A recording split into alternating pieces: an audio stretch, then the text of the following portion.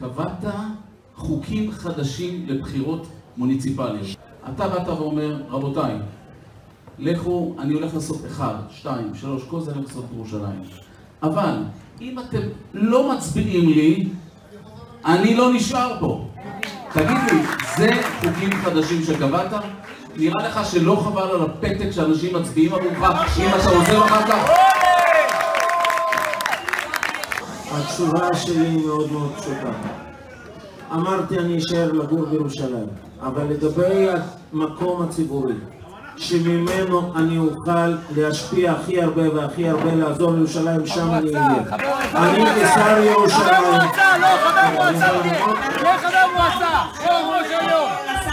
אני כשר ירושלים בשלוש שנים האחרונות הבאתי לטובת ירושלים 4 מיליארד שקל, ולכן אני מוכן לעזור לתפקיד שר בכיר בממשלה כדי לעבוד למען ירושלים. אבל במידה והציבור ירושלמי יחליט אחרת, אבל הוא לא יחליט אחרת, אבל במידה הוא יחליט אחרת, אני אהיה במקום שמשם אני אוכל הכי הרבה לתרום לירושלים ולא שמה לעשות.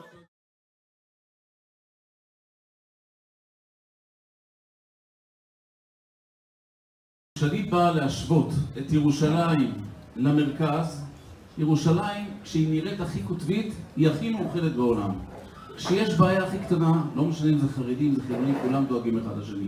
ולכן הפתרון למעשה זה שכל אחד יקבל את המגיע לו.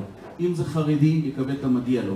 אם זה חילוני, יקבל את המגיע לו, וכולם יוכלו לחיות זה לצד זה.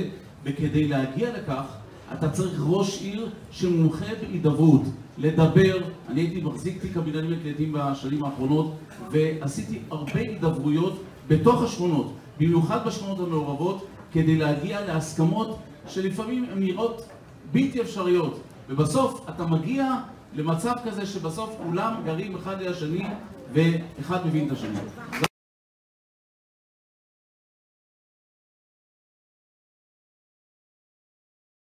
בניגוד אליך, ירל, אני מאוד מעריך את מה שהממשלה הזאת עשתה. אבל מה שאתה אומר, כשאתה מדבר על העוני, אתה בהחלט צודק. לדעתי, ראש העיר לא עשה את זה. הוא לא הקטין את הפערים שקיימים בין השכבות. כשאתה מכין את התקציב השנתי של העירייה, אתה צריך לדאוג לכך מה חסר לשכבות הנמוכות, ואז לדאוג להם דרך תקציב העירייה, ואם לא, אז דרך התקציב הממשלה.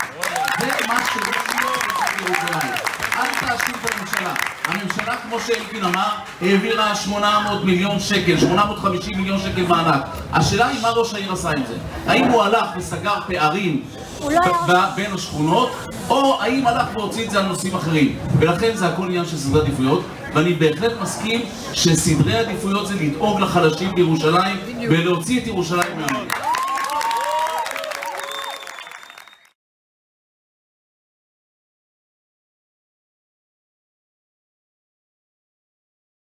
תראה, זה מאוד פשוט. כל אחד פה יכול לדקלם כמה יש יחידות פה וכמה יש יחידות שם, וזה באמת נכון. יש מספיק יחידות דיור לבנות. אבל השאלה היא, איך אתה גורם לכך שזה יהיה בשנים הקרובות ולא עוד 20 שנה? הרי כל המספרים האלה שדיברנו עליהם, הם כבר קיימים, זה לא סוד, כולם יודעים על כך. ולכן, מכל אלה מה שנמצאים כאן, אני יודע גם לנהל את העניין הזה, ולשבת ביום הראשון על כיסאי, ולראות ולהכין תוכנית מיידית, באופן מיידי לבניית כמה שיותר יחידות דיור, במיוחד בנושא התחדשות עירונית. תודה רבה.